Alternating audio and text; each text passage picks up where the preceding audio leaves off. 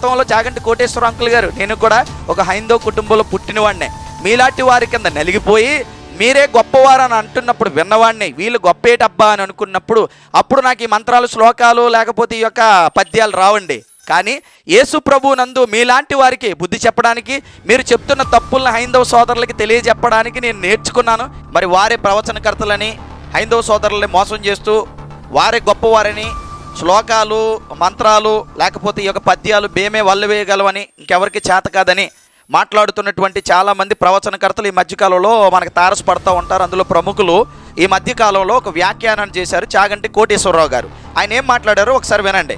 తెలుసుకోక, చేత కాక, 4 శ్లోకాలు రాకపోయినా, 2 పద్యాలు లేకపోయినా, ఓ పురాణం చదవకపోయినా, ఓ మైకట్టుకుని వెర్రికేకలేసే వాళ్ళకి ఈ జాతి వైభవం ఎక్కడి నుంచి తెలుస్తుంది?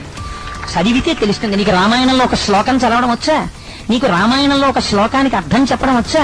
నీకు ఓం త్రయంబకం యజామహే సుగంధిం పుష్టివర్ధనం అనడం వచ్చా? నీకు చేత కాదు.